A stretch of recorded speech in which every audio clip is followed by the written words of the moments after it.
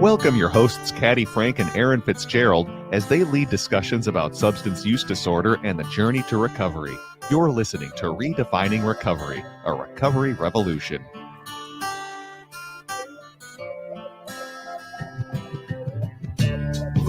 Well, good day, everybody. It is a fine day to be talking about recovery.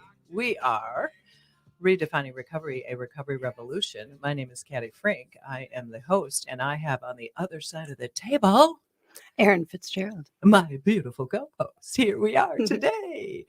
So we are brought to you by Minnesota Recovery Connection. We are a recovery revolution. We are a recovery revolution, aren't we, Aaron? Yes, ma'am. Yes, ma'am. We're a recovery community organization that serves the recovery community, nonprofit, and brought to you by donor that has given us the opportunity to talk about recovery in the world that we live in. So I just want to say that it is a beautiful day. There's a little bit of snowflakes happening today. It's very strange. It's gotten very cool out there. I'm not digging it. No, not so much. 80 degrees last week and not so much this week. See, typical Minnesotans, we talk about weather, don't we? All the time. All the time.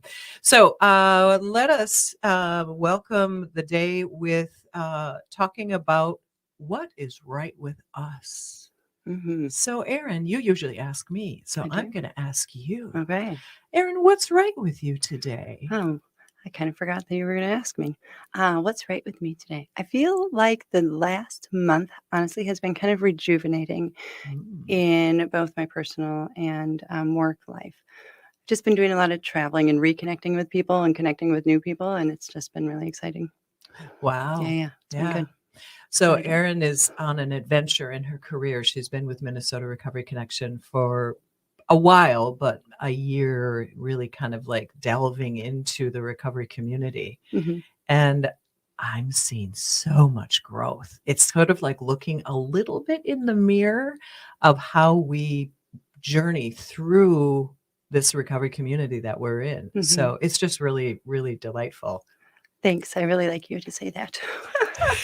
Well, it's so fun. Like, I always watch people grow in their recovery, and I'm just like, oh my gosh, that's amazing to watch people like just blossom and find themselves and what they're going to do in this. And I never really thought that would be something that I did, though. Yeah, So, it is. yeah, Definitely. recovery is different. Yeah, than for sobriety. everybody. Mm-hmm. Yeah, but different than sobriety for me. Anyways, so Caddy, what is right with you? What is right with me? Well, today is a beautiful day, even though it's a little chilly. I am, interestingly, I'm feeling invigorated, as well as there's a process of recovery that some days are overwhelming and some days are information taking and some days are like, oh, this is pretty chill. I kind of dig this. And there's been a lot going on in our organization. And personally, there's been a lot going on. I live in South Minneapolis, and I learned from an event that took place recently that things are heating up. And it makes me think about heating up in the sense that activities that might not be the most law-abiding are taking place in the cities. And when the heat comes on, like it did last week, people get a little bit more excited. And I think people come out of their homes and they're like kind of jiving and moving and shaking, and maybe substance use might become just a little bit more active outside versus inside when we're cold. And so I've had sort of a awakening week, and I'm okay. I'm okay. When we deal with stuff that's a little bit unpredictable, like what's happened in my neighborhood, we just have to kind of roll with it. Yeah, and make sure that you take care of yourself Mm-hmm. and that you've got your emotions under control and you know what's going on. Yeah. It's a community pulling together. Yeah, thank you. And my community around me at work really pulled together. My community in my neighborhood really pulled together. And I think that's really the essence of what we're talking about in this show, as well as, because it's not just all about people using substances. Mm-hmm. It's about community. Mm-hmm. And if community reinforces one another, we've got a stronger ability to serve. Right. It sounds like the good old days. It does. Like, I don't know that I really lived in those good old days, but that's what community is supposed to be, is everybody helping each other, right? Mhm. Yeah. I heard something really interesting on the radio, and that is there was a huge transformation that happened probably 70s, 80s when the suburbs started in the 50s and 60s, but there was this move from the front porch of our neighborhoods to building decks, Mm. and then suburban areas, it wasn't the front of the house that was where you sat, it moved to the back of the house where the decks are. So we really weren't witnessing what was happening in front of our houses. Mhm. And boy, oh boy, did that just make me think about this week. I'm going to get my lawn chairs out and get out there. I'm going to be watching my neighborhood. I like it. But it's so interesting Mhm. because it's true, isn't it? Totally. It's so funny. When I bought my first house down in the cities, I'm from a small town. And when I moved down here, I bought my first house and I was like, I'm having a housewarming party. And I invited all the neighbors, and they were all like, huh? Exactly. But they all showed up, Yeah. and some of them knew each other and some of them didn't. And so then we all did. And it was great. Yeah. Well, it's all about community and building it. And maybe it's rebuilding. Maybe we have to really think about how do we support one another and support the people who might be struggling in our neighborhood? Because if we're all behind closed doors or we're all in our backyards, we don't know what's going on. We have no idea who's Yeah. struggling Yeah. or And how we can so, help. yeah, it's just a real conversation.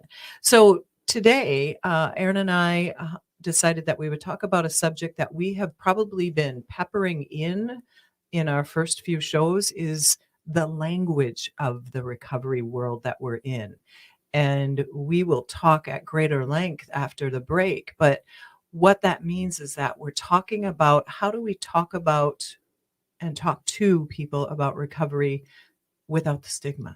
Yeah. Using the language that we get to choose. Yeah. Yeah. I like that. In all of the classes that we train, it's Mhm. my favorite portion.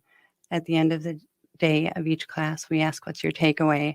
And language is almost always number one. It's so great. Yeah. It sort of just kind of regroups somebody's way of thinking about themselves Hmm.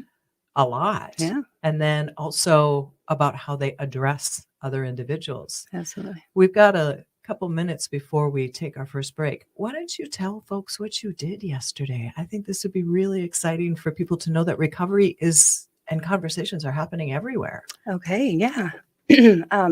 I went to Metro State University where they had their spring recovery conference, and I got to be a presenter in one of the breakout rooms and talk about harm reduction. And it was great because I did it a little bit differently than I do my normal trainings, and it made me want to change how I do the other trainings just a Mm. little bit.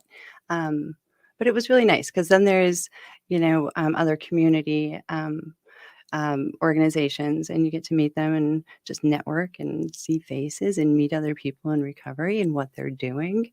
Yeah, What was the average age of folks that were in this gathering, or was it all over the it was, board? yeah, all over the board. Yeah, I'm just thinking because it's Metro State, and I'm thinking Hmm. it's kind of a university campus. It wasn't super university-ish. Mm, okay. Like, yeah. Yeah, you ran into one of our former colleagues. Yeah, Justin McNeil, my Yeah. mentor, he sat in one of my mentors. He sat in my breakout room. Had me a little bit nervous, of course. Of course. Yeah. Yeah. Whenever you've got somebody who's like been your mentor You or taught me this. yeah, I hope exactly. I'm living up to your expectations. Nice. Nice. Yeah, I think about well. So you said that you might want to twist and turn a little bit of some of your materials for harm reduction. Like what kind of came out of that training and teaching opportunity that Well, I think that I've really missed the mark on putting statistics in my training.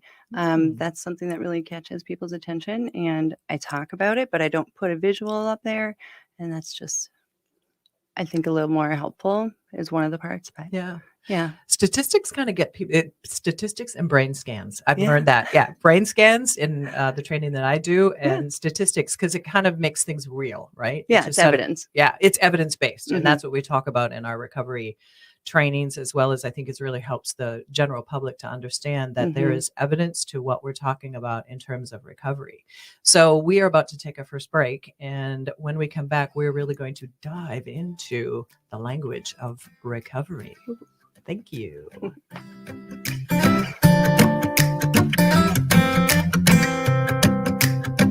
This guitar needs 6. We're fun.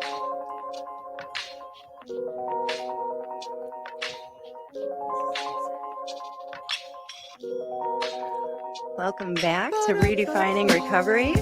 I'm Erin Fitzgerald with my host, Caddy Frink here.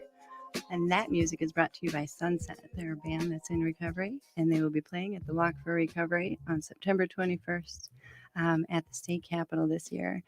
Folks, you can find our podcast on most of your streaming platforms and at minnesotarecovery.org. Check us out.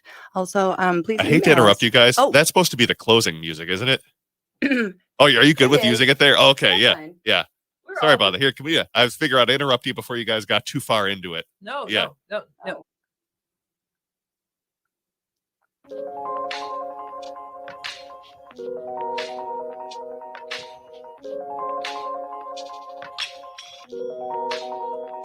I like these guys. Welcome back to Redefining Recovery, a recovery revolution.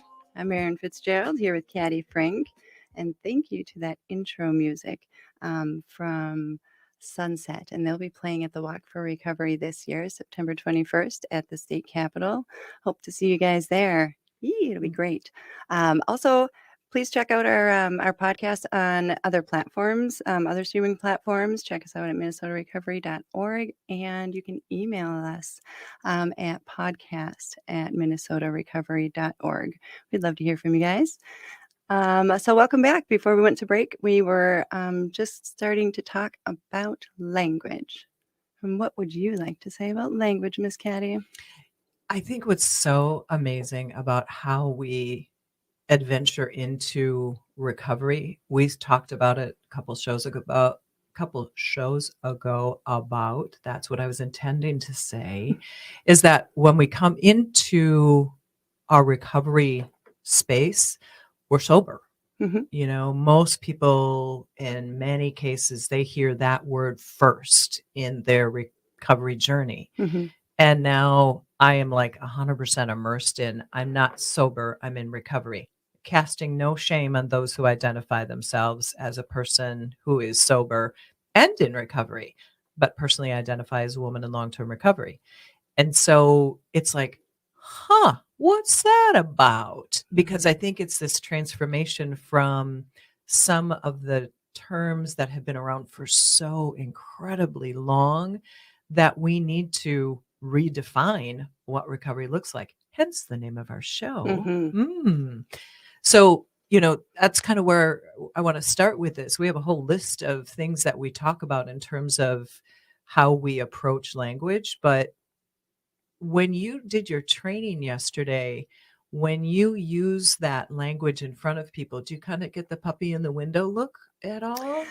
Every now and then, but sometimes I preface it, right? Mm. Like, especially when we're talking about harm reduction, because people don't understand that when we use the words alcoholics and addicts, you have a vision in your mind of what that means, Mhm. right? And so I don't like to use those. I would like to actually talk about the first time that I heard you say not to use the word addict and alcoholic. Oh, tell me.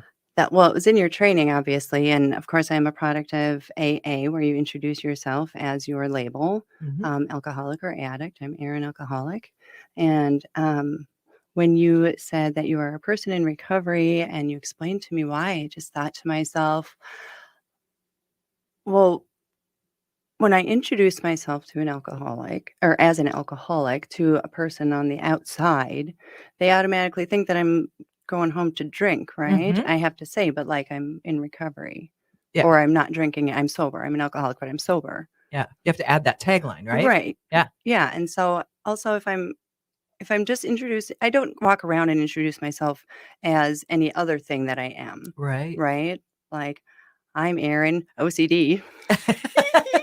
Exactly. Or I'm catty, I have high blood pressure. Right. Yeah. Yeah. And so, and it helped me just see myself differently too, because there was one point I remember I was introducing myself as an alcoholic, and then I started introducing myself as an alcoholic and addict, because somehow I felt like I'm both and I'm recovering from both, but I never said the recovering part. I just said Mm. both. Right? And so Wow. now, like, if I tell people that I'm in recovery, they look at me and they're just like, "Oh, okay, like, you're just like a normal human being, huh?" Yeah, because we Surely can. I am. Yeah, well, and we can recover from so many different things. Absolutely. And so sometimes people say, if they're inquisitive, they might Mhm. say recovery From with a question mark. It's Yeah. sort of tailing out there. And you're like, oh, well, I used to use alcohol. That's what I would say. I used to use Mhm. alcohol and I've now overcome that, but I'm now living a life in recovery. Mhm.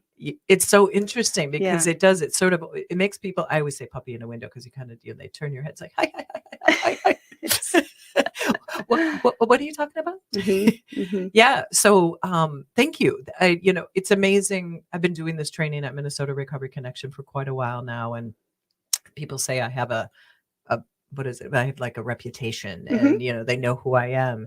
And every time, like you said, Aaron, when we were talking about the language around recovery, we want to break stigma. We want to break that perception of, yeah, I'm catty, I'm alcoholic, and somebody. We go immediately potentially if you're on the outside of our community. Oh, you got the brown bag and the bottle underneath the bridge, Right. Yeah. or you're an addict and oh, you practically got utensils in your arm or Mhm. something. Yeah, or another word comes to mind like drunk or junkie or sloppy or all these other words can come to mind when you think Mhm. of the word addict and alcoholic, but that's not accurate. No, no.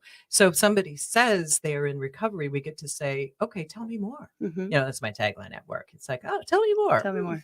Give me some more details. Give me Mhm. some context." Those are things that I say. But I think those are really important to people who are not in our recovery community and we begin to identify them. So we don't say substance abuse disorder. That one's long gone. Now it's Mhm. substance use disorder. I love doing this one in class too. Like when you think of the word abuse, what do you think of? Exactly. Violence, pain.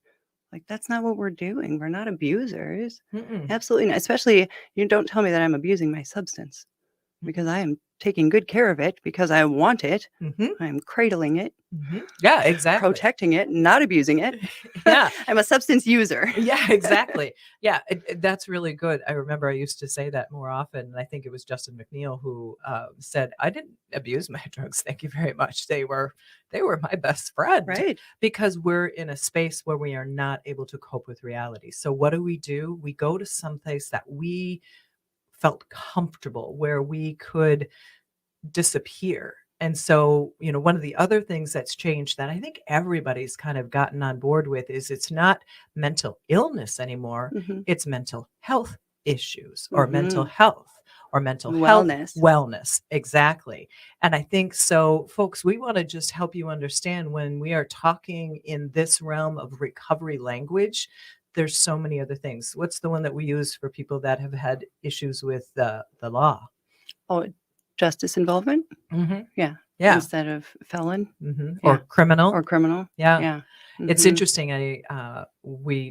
Aaron wasn't part of this class that we trained 21 men in Togo, Minnesota. If anybody's from Minnesota that might be listening to this, it is very close to the Canadian border. We did it on Zoom because I didn't want to drive all the way up there and stay there for a week.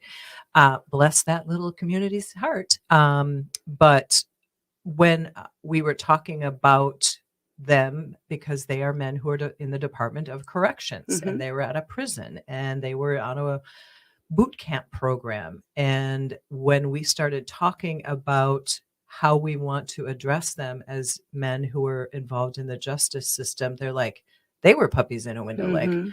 I don't have to be a felon. Mhm. I don't have to be a I'm not a criminal. criminal. Yeah, Yeah. it made them lighten up.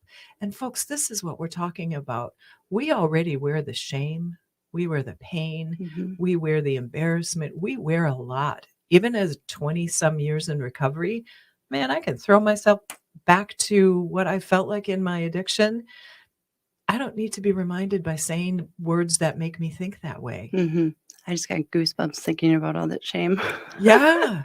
And we do carry a lot and you don't see it, right? but we feel it, and we feel it for a long time. Mhm. And so changing the way that we talk about ourselves is really important. Going back to my class, some of the words that I change, or not necessarily change, but use, we talk about overdose prevention sites a lot. Mhm. And sometimes that's called a safe consumption or a safe injection site. Mhm. But really what it's doing is uh, it's stopping the overdoses, right? So Right. it's an Yeah. overdose prevention. That's all it is. Yeah. Well, I mean, Exactly. and many other things, but Right. so we don't want to just call it something that it isn't Right. completely. Yeah, Yeah. exactly. And I think that's the really important thing. So when you are working with around you are in the space of somebody who used substances, they are going to talk about themselves potentially in a very stigmatizing way. And us as supporters of people who are in recovery, we want to help them with some of the new ways of thinking about it. So the same thing is with relapse. Mhm. Relapse, old word, been around forever. And Mhm. when you say, "Yeah, I had a relapse," I mean, I just did it with my voice. You If you hear did. it, yeah, and my head just automatically went down. It's like, Mhm. "Yeah, I had a relapse." Mhm. And what we want to do is say, "Oh, you had a reuse." You had a reoccurrence of the symptoms of the disease of addiction. Now, yeah, that's a whole lot of words. I get it, but you had a reuse. Okay, what happened? What's going on? Versus I had a relapse, yeah, and I was down for 5 days, or I was down for 2 years. What we want to do is we want to give people an opportunity to say, and so what happened? Mhm. What was going on that you had to go back to that comfort of using that substance? And do you need to do something differently this time in your recovery? Hmm. Did something not work? Right. Yeah. So same thing, when we think about people going to treatment, we've talked about, if somebody goes to treatment 1 or 2 or 3 or 4 or 27 times, like a guy in my class way back in the day, it's like, so what'd you take away from that? Mhm. But what else do you need to learn? Mhm. And there's a word used around that too, frequent flyer. I That's know. not very nice. Hmm, Because what was he doing? trying to get better. That's right. He was accessing services as needed. See, this is what we're trying to toss out at you. So we also have a lot of folks go from treatment, they go into sober living. And really Mhm. what they're doing is they're going into recovery housing. Mhm. They're going into a place where their recovery can be sustained, hopefully supported, so that they can find a longer journey in that.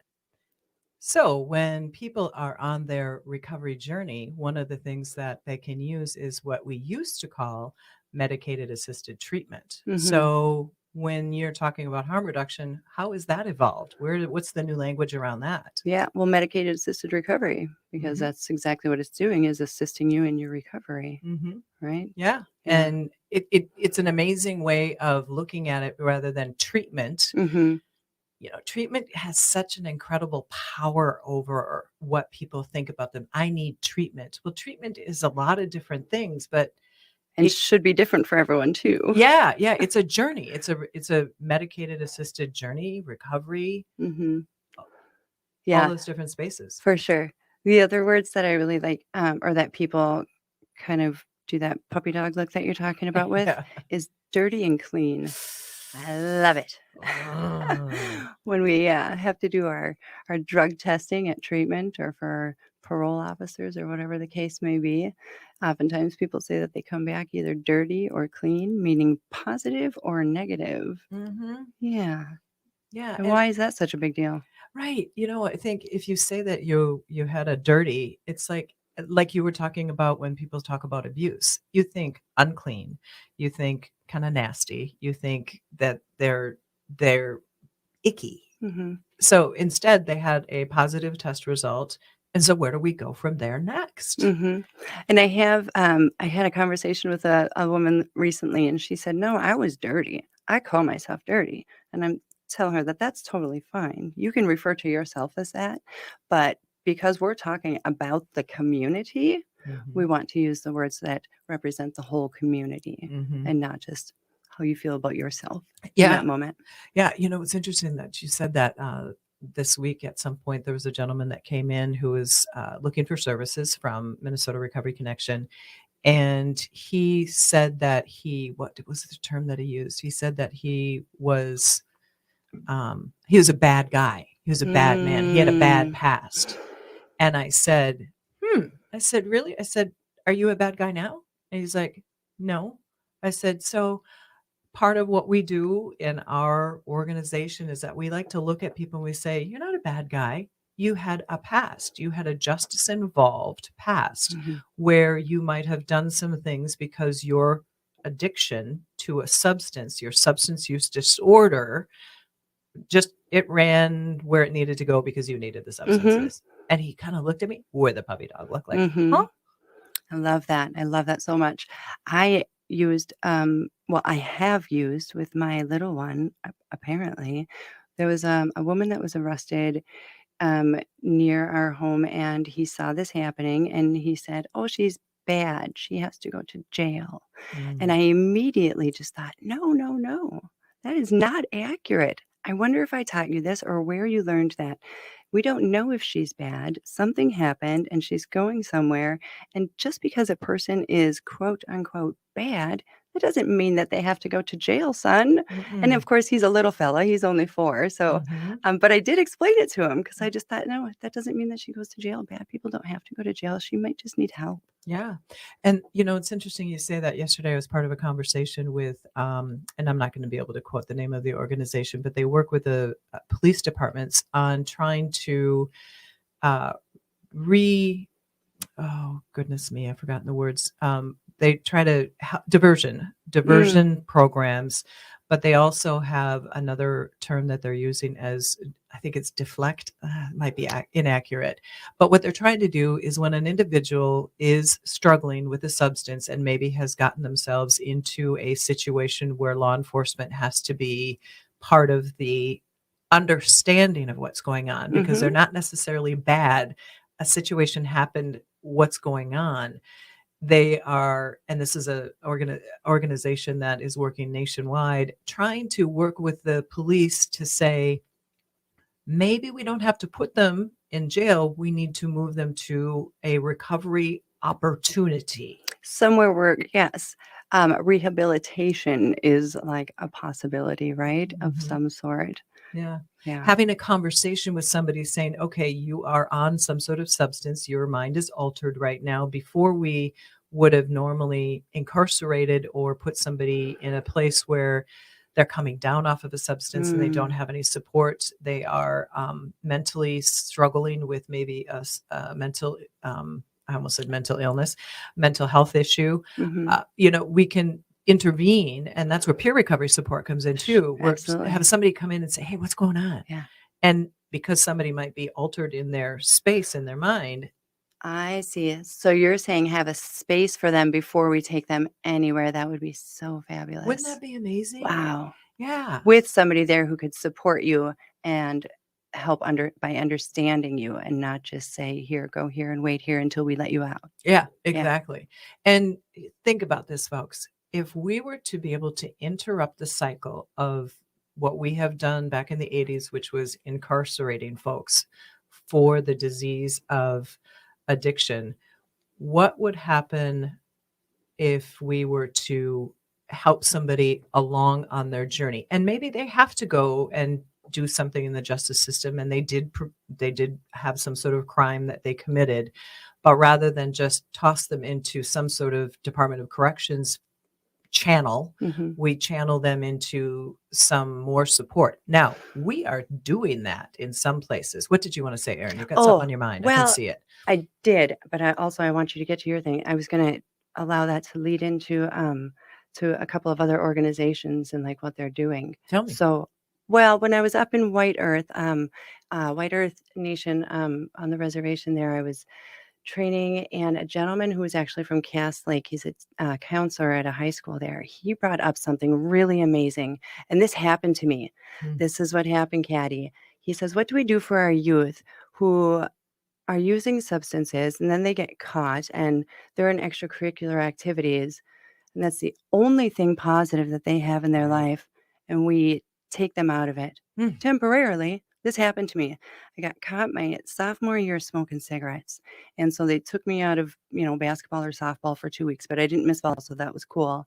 And then the next year I got caught smoking again, so 6 weeks I had to be taken out of sports. But um, I wasn't in a spring I wasn't in a spring sport, but I took up golf so I could get rid of those 6 weeks and play volleyball. But then what happened was when I went and tried out for volleyball the next year, they really treated me differently. Mm, Nobody asked, like, why are you smoking? What's going on? La, la, right. la. It was just, ugh, she's never going to make it. She's not Mhm. interested in volleyball. No, I was freaking interested, man. Mhm. But also, I smoked cigarettes Mhm. because that was my environment. Mhm. And and so this gentleman brought that up and just like, how can we support our youth Mhm. and give them those supports so as they grow and as they are coming into situations in life, how can they navigate it? If they're not getting these skills at home, can we help them? Mhm. Or like, what can we do differently in our schools? We can't punish our kids. Oh, I was just thinking the same thing. We can't, because if you and these conversations are going to go in several different directions. Yeah. But yeah, if we continue to punish them, hmm that's a learned experience. Yeah, I quit. Yeah. I just dropped out. Mm. Oh, Yeah, it sucked. yeah. So sorry. No, no, no. I didn't mean to interrupt, but just so y'all know, we have these conversations and they go off the fly, and it's really fabulous because we both think about things. And I was just thinking when you said that. So at White Earth, you're dealing with. I know when I was up there training a couple of years ago, you have school systems that have really a combination of students from the reservation as well as from the community. Mhm. And when you are raised in possibly a reservation that has a little bit more energy, that is, I'm trying to be so delicate here. Don't. They have substance use disorder on a greater level than some Yeah, of the other community, that there's is a different population in it. absolutely. And so you have these kids who, like you say, are in basketball or football or whatever, and you take that away, you punish them. Think about that, folks. You Mhm. say, because you did something that we don't like, that we don't understand what's Mhm. going on in your community, then we take that away from you. And then you look at the system Mhm. and you say, well, F you, system, Yep. because you're not going to support me. You're going to take stuff away because my home life is a hot mess. Mhm. Yeah, it's not fair. What are you teaching a whole generation of youth? And I mean, I can talk about the Native American kids, but I can talk about, another kid Mhm. at going to Edina or South or St. Paul Central or wherever. You take away that one thing that gets them to go to school, Mhm.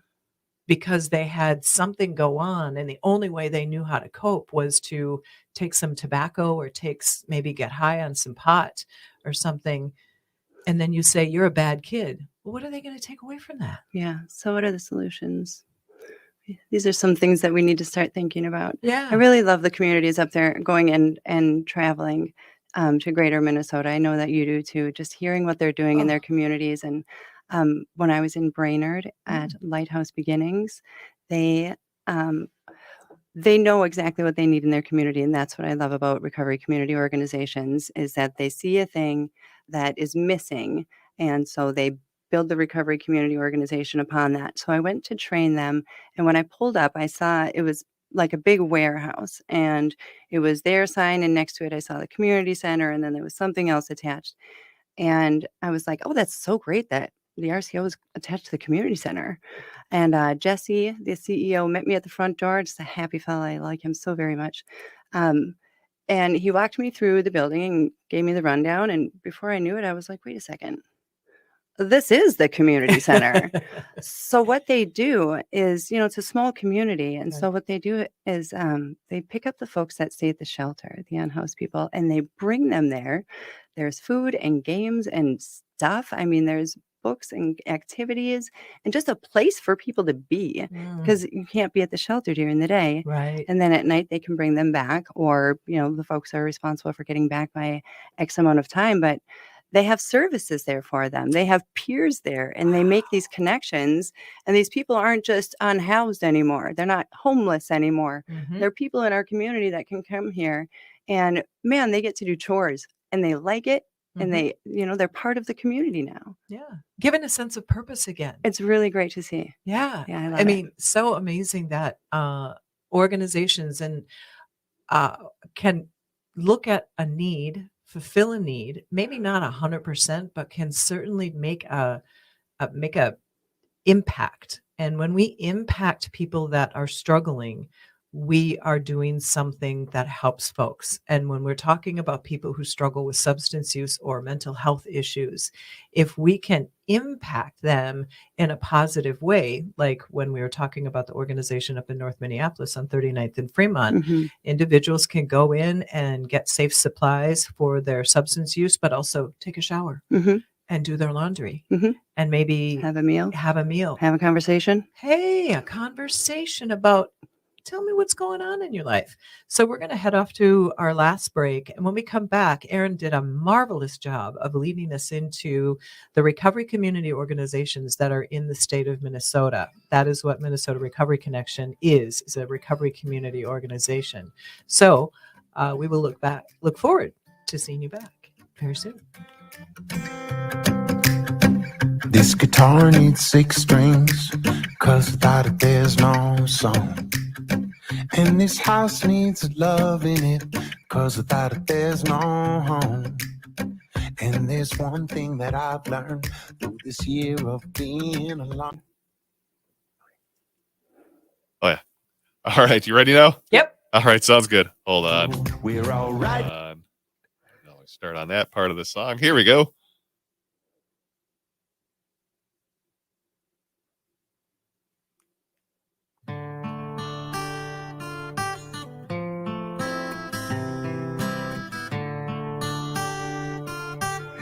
Welcome back. We are redefining recovery. I'm Erin Fitzgerald along with Caddy Frank, and we have been talking about several different things today. We talked about some language, and now we want to start talking about a few of the organizations, other recovery community organizations in Minnesota, because they're all around the country, and we might start seeing them pop up a little bit more here and there, but they're really important. And which ones would you like to touch on today, Caddy? So, recovery community organizations are, as Erin said, all around the country. And in Minnesota, probably 5 years ago, we maybe had, I don't know, maybe 4 or 5. Now we are somewhere in the mid 20s of recovery community organizations, which are all nonprofit organizations. They are based on peer to peer services, like what Minnesota Recovery Connection does. So it's all people generally with lived experience or allies of the recovery community that run these organizations, that open them up. And as Erin had alluded to, they are organizations that come from a passion that a community needs. And that's really the important part about understanding recovery community organizations. I have been deeply involved with Recovery Alliance Duluth for several years. And they are in Duluth. They're at the Damiano Center in Duluth, and they have evolved over the last several years. I'm headed up there in a couple weeks to do another peer recovery specialist training, and they have exploded their ability in the community to do food distribution, to do events, to do so many different things. And one of my cohorts up there is Celie, and she has really been amazing in the community to just embrace the community. Jenny, the executive director up there, is really, helping the organization evolve. But what they've had the ability to do is welcome those who struggle. There's a lot of outreach to those that are living without homes. One of the key things that I learned from one of the trainings I did back in the day was sometimes when we think that somebody's living without a home, we want to get them a home. Like, come on, you need a home because I got a home, so you need a home.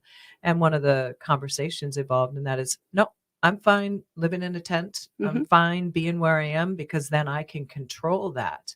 And so that was like a light bulb moment to me where I was able to bring that forth and talk to individuals that are helping those who struggle with substance use disorder, in that we have to talk to the individuals and not project what we think that they need. Absolutely. But that was just such an amazing, it's these conversations, folks. This whole thing about recovery and people that struggle is not about telling people what to do. It's about, what do you need? And so all these organizations around the state of Minnesota, like I said, there's 20 some, like 24. 27.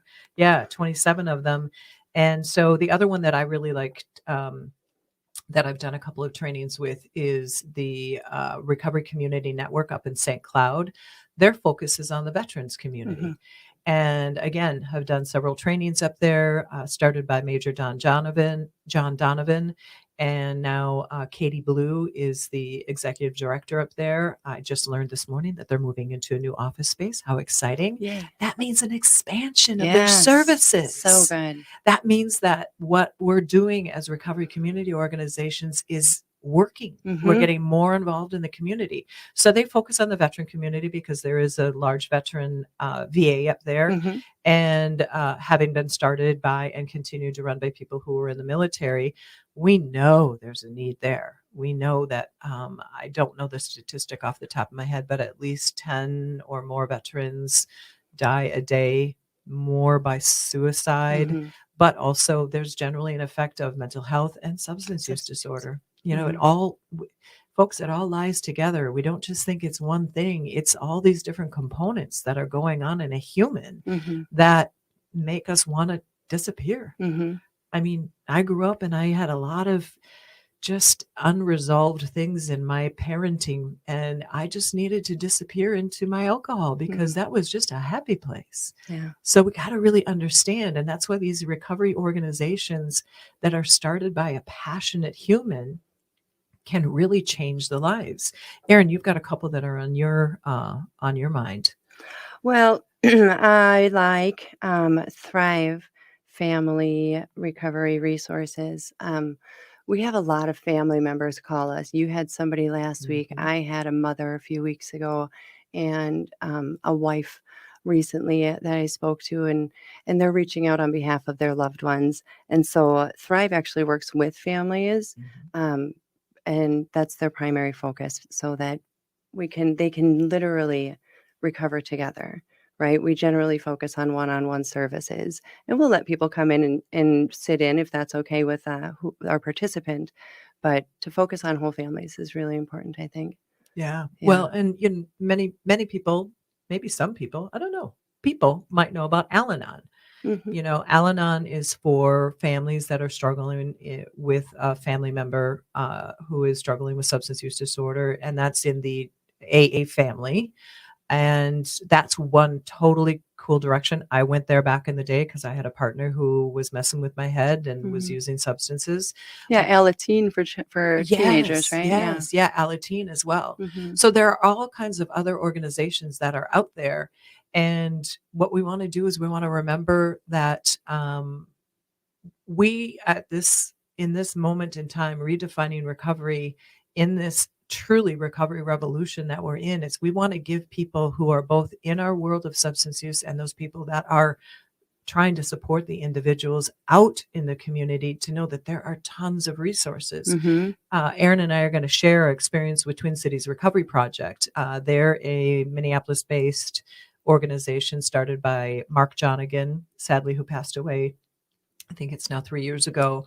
But he's an African American gentleman who had a dream and a desire to open up the social club, was what it was originally called, for people who are in recovery, to have a place to go and just be around people who are like them. And I had the absolute honor of training his first Recovery Coach Academy with 20 recovery individuals. And it was a light bulb moment for me to work with somebody from a different community and a different culture and just love on them the way the community loves on all of us in recovery. But sometimes we need to have a special little secret sauce Hmm. that somebody who looks a certain way or sounds a certain way or comes from a certain culture, they need to have that touch. They need to have that way of supporting folks. So Yeah. Aaron, what did you learn about TCRP? Yeah. Well, so yesterday when I was at Metro State, they at the fair, I ran into Dan, who is their outreach director, Mm. and we had a conversation. And he told me that they just started a new pilot program where they're going to be in 3 different libraries Oh, sweet. around town. And I know that we've done some outreach, but they're going to have like little satellite spots in them Mm. for folks, because that's a place where unhoused people go pretty frequently, Mhm. um, for warmth and shelter Mhm. and just a quiet place to be. And so I'm really excited to hear how that goes. They haven't started it Wow. just yet. And I just want to mention also that just because these places, these recovery community organizations might be designed to fit a specific culture or community, they still accept anybody, right? Anybody. Everybody is always welcome. So just keep that in mind. Yeah, and thank you for clarifying that. So at like Twin Cities Recovery Project, Mhm. started by someone who had a particular culture in mind, but Yeah. always the Yeah. doors open. Recovery Community Network in St. Cloud, opened up by somebody who envisions support for the veterans. But Lord knows, I know they serve everybody up there because I'm in contact with Sean, who's up there. Yeah. And what I really also want to mention is that we are dealing with a issue with the justice involved is really justice involved individuals in the recovery community are struggling because they can't get the support that they need. All of us will help people that have justice involved backgrounds. And it's really been a subject that has bubbled to the surface thanks to Justin McNeil, who worked with Mhm. Minnesota Recovery Connection. And also, all of us are really understanding that that's an issue. So I want to thank you for listening to Redefining Recovery, a recovery revolution given to you by Minnesota Recovery Connection. Have a beautiful day. And be sure to catch us on your podcast of choice, what is it called?